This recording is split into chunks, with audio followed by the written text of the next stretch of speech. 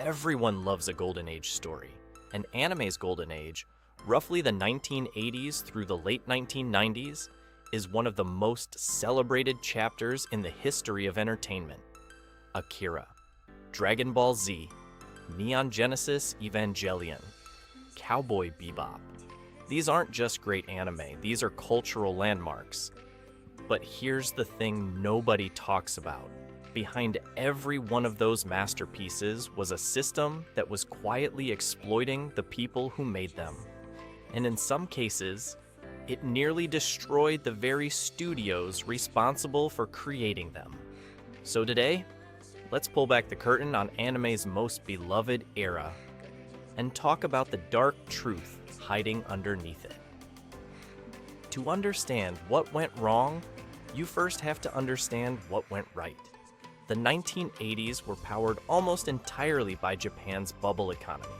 At the height of Japanese economic power, roughly between 1984 and 1989, animators had a level of financial flexibility they had never seen before and haven't seen since. Studios were greenlit to take creative risks. Experimental projects got funded. Weird, ambitious, genuinely unusual anime got made. Probably no other period in the history of anime is more concentrated with unusual, experimental, and psychedelic productions. For a brief window, it really was a golden age, at least if you were running the studio. Because if you were actually drawing the frames, the story looked very different. Even during the boom years, the people doing the most labor-intensive work in anime, the in-between animators, the ones responsible for drawing all the transitional frames between key movements, were being paid almost nothing. For a typical TV anime series, an animator makes less than $2 per frame.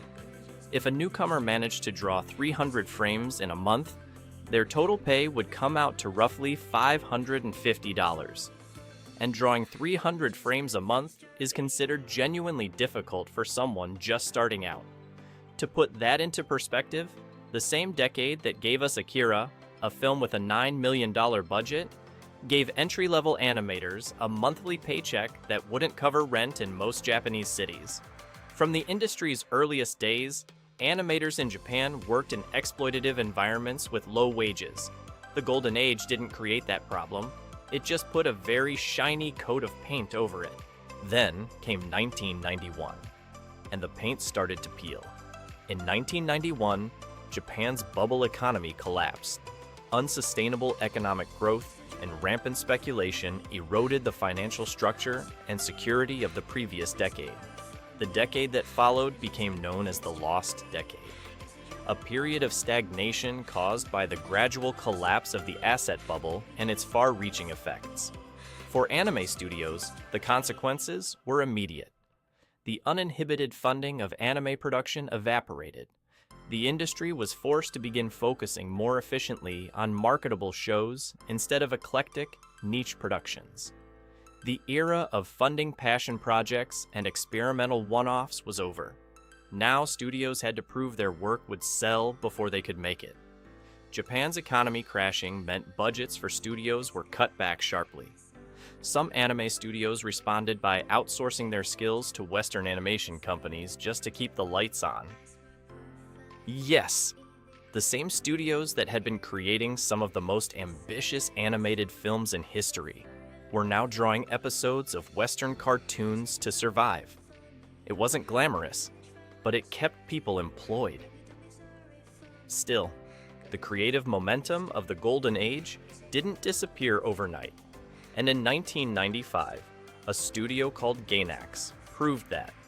They released Neon Genesis Evangelion, a series so ambitious, so psychologically complex, and so unlike anything that had come before it that it genuinely changed what anime was capable of being. What most fans didn't know at the time was how close the whole thing came to falling apart. The production ran close to deadlines throughout its entire run.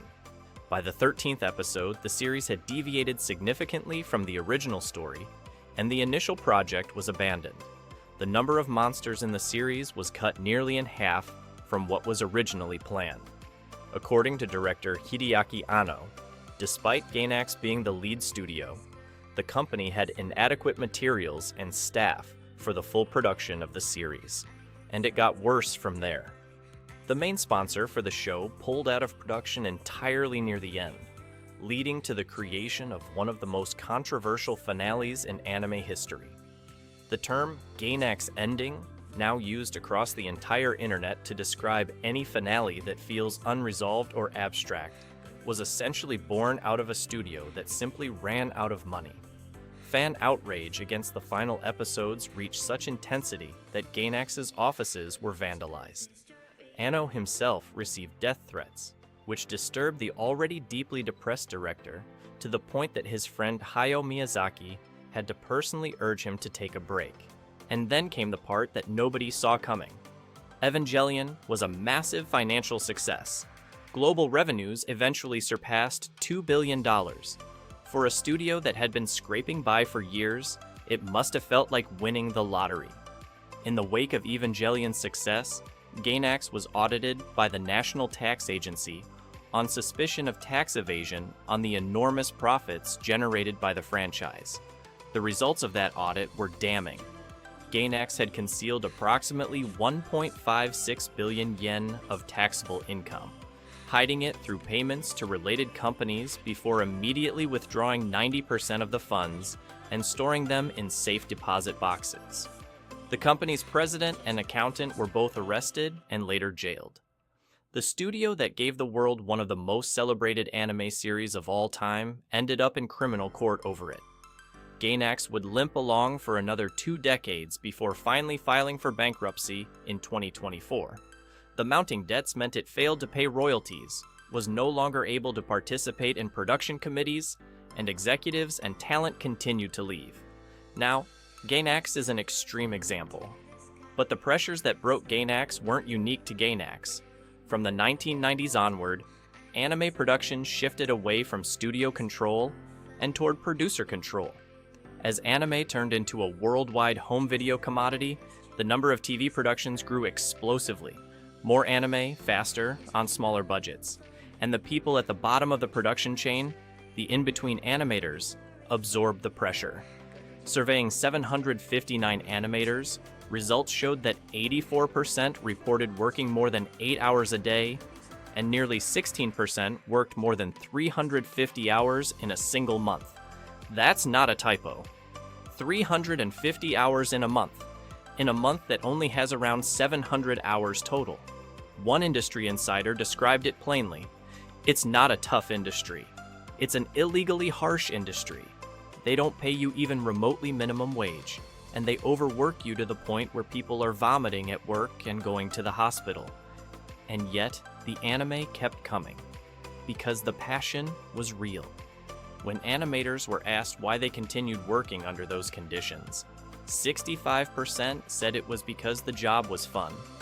The industry ran, and still runs, on the fact that people love anime enough to sacrifice a great deal just to be part of making it. So here's what it all adds up to.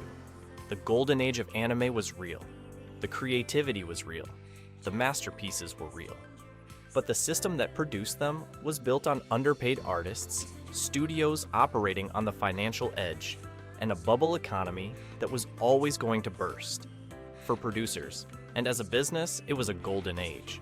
But not for the content creators trying to make a living from it. The people whose hands actually built that era often had very little to show for it. That doesn't make the anime any less brilliant. Akira is still Akira. Evangelion is still Evangelion. But the next time you're rewatching a classic from that era, it's worth remembering the people behind it, and the system they were working inside. So what do you think?